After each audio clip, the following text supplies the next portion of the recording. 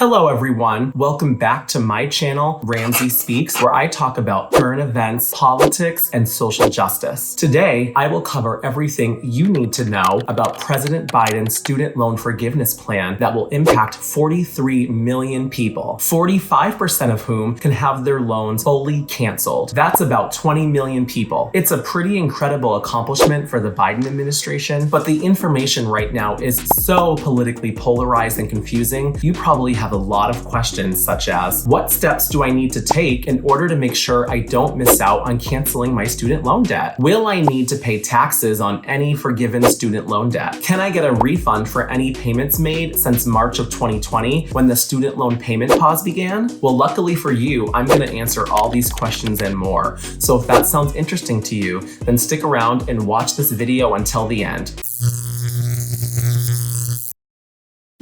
Okay, so let's start with a summary of President Biden's student loan forgiveness plan. If you feel like you already have a good understanding of the student loan forgiveness plan, then feel free to use the timestamps down below in order to skip ahead to the parts of this video that interest you the most.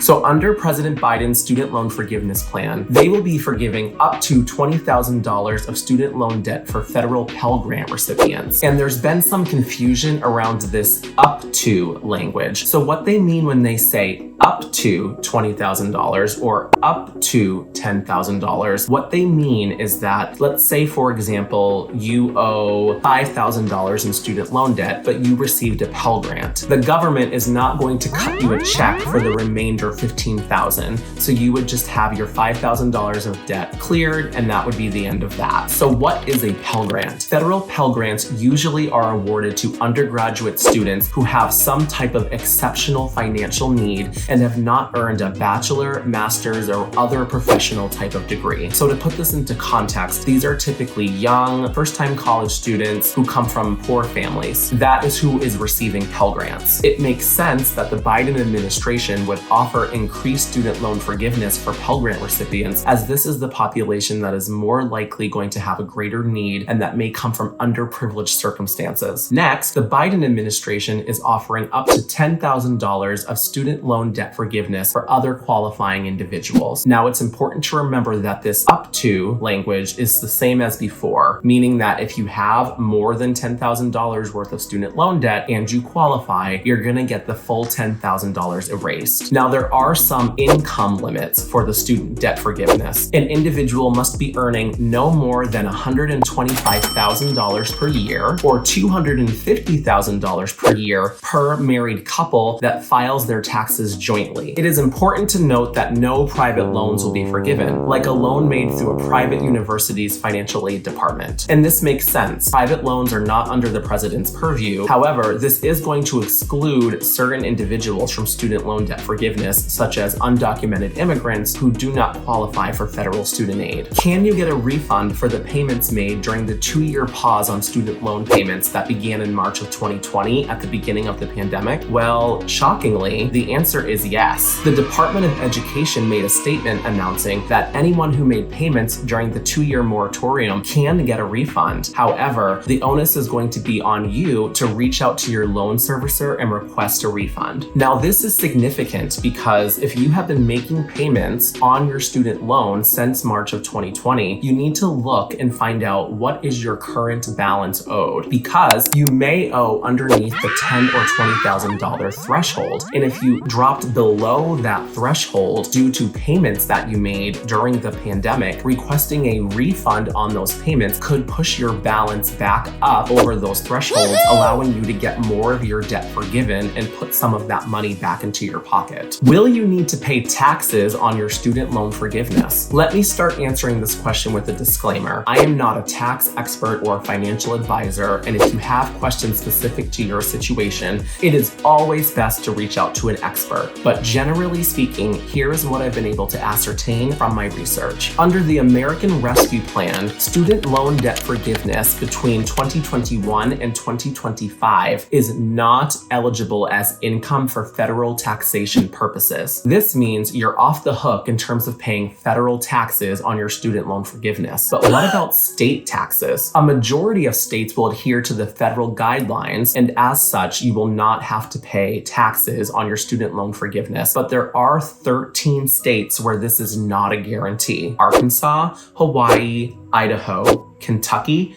Massachusetts, Minnesota, Mississippi, New York, Pennsylvania, South Carolina, Virginia, West Virginia, and Wisconsin. All of these states could require their residents to end up paying several hundred, up to $1,000+ on their student loan debt forgiveness in taxes. And residents who live in Hawaii potentially have the highest tax burden, with up to $1,100 owed in taxes on their student loan debt forgiveness. And these figures were only calculated based on the $10,000 of forgiveness, not the $20,000 of forgiveness that Pell Grant recipients are going to receive. All of these 13 states are likely going to issue some type of guidance around this in the coming weeks and months. And these states are going to have to scramble a little bit in order to figure out what their plan is. I am very curious how this is going to shake out. I am particularly interested in how New York and Massachusetts are going to respond to this. They are both liberal states. However, they're also both states that have high levels of taxation. So I would be curious, liberal Massachusetts and New York, are you going to do the right thing here? The country is watching. This is likely going to be a rapidly developing story in the next few weeks and months, so follow me on Twitter as I plan to tweet out information about this as it develops. Now let's move on to the biggest question you probably have. Do you need to do anything in order to ensure you get your federal student loan debt forgiven? Well, it's complicated and a little murky right now, but let me tell you what we know. The Education Department has said that nearly 8 million people will have their student loan debt canceled automatically, as the department already has information about their income. For everyone else, the federal government plans to release an application in mid-October, but no later than the end of December, which makes sense because we know that federal student loan payments resume in January of 2023. And the goal is to have the student debt canceled for everybody that qualifies prior to payments resuming. This reminds me a little bit of the way stimulus checks work during the pandemic, in which most people didn't really have to do anything